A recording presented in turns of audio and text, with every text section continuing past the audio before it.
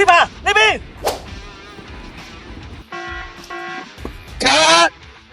咁尷尬嘅場面，大家都唔想發生㗎。今日咧，我會教大家幾個龍門掉3波嘅小技巧。導演，過嚟清一清場先。麻煩留翻低個波先。好 ，Action！ 想學多啲足球小技巧，就 follow 我哋嘅 Facebook 同 YouTube 啦。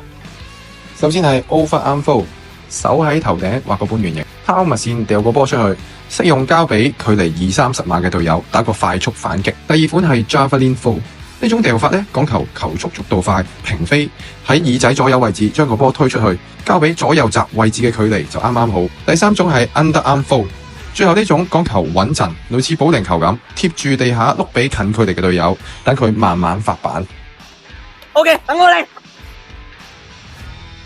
OK 喎，但係執翻個波先啦，夠鐘收工啦。吓？